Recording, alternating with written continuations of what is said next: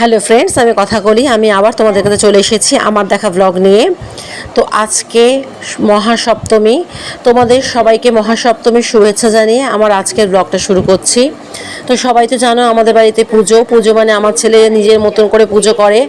তো মার পুজো হওয়ার আগে এখন প্রথমে পুজো হবে, ওপরে নিয়ে গেছে ছাদে আর কি, ওই নবপত্রিকা স্নান করানোর জন্য ছাদে নিয়ে গেছে।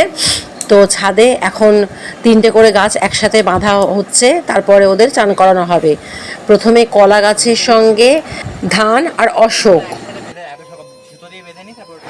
পরেরটায় বাঁধা হবে বেল গাছ, জয়ন্তী মানে বেলের ডাল, জয়ন্তী আর কালো কচু। পরেরটায় মান কচু, ডালিম আর হলুদ।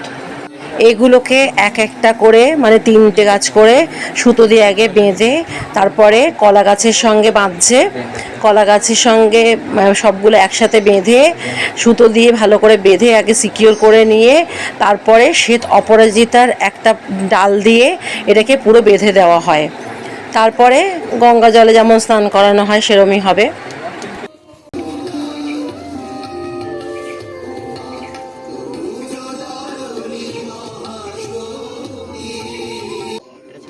তো তোমরা দেখতে থাকো, আমি আর বেশি কথা বলছি না।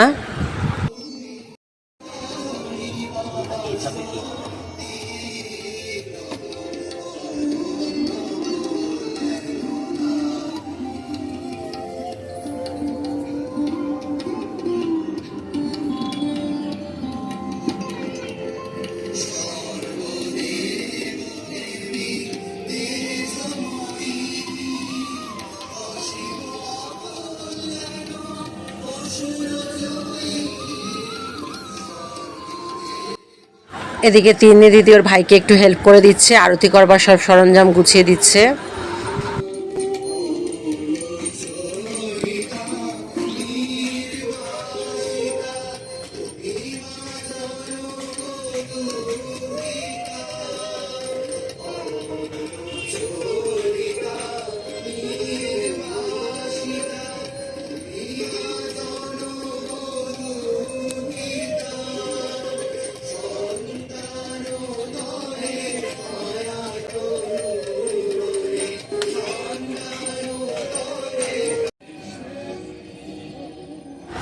বাঁধা হয়ে গেছে, এবার হচ্ছে গঙ্গা জল দিয়ে চান করানো হচ্ছে। আসলে আমরা ছোট ছোট করে একটু ক্লিপ দিয়ে তোমাদের দেখাচ্ছি, পুরো ভিডিওটা একসাথে করতে গেলে তো অনেকটা বড় হয়ে যাবে। আর পুরো পুজোটাও আমরা একসাথে দেখাচ্ছি না, অল্প অল্প করে দেখাচ্ছি। এটা আগে নবপত্রিকা স্নান হলো, তারপরে আরও ছোট ছোট করে সপ্তমীর পুজোগুলো তোমাদেরকে দেখাবো অল্প অল্প করে ব্লগে। তো এখন আরতি হচ্ছে, তোমরা আরতি দেখো।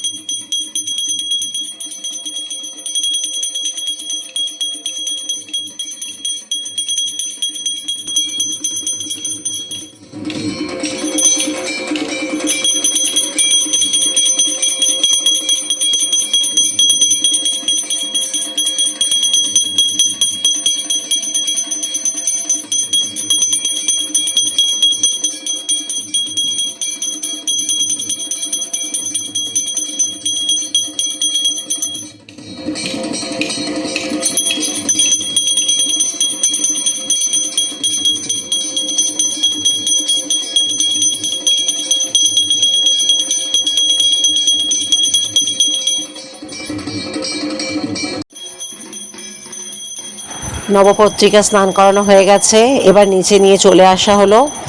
এবার নবপত্রিকাকে শাড়ি পরানো হবে।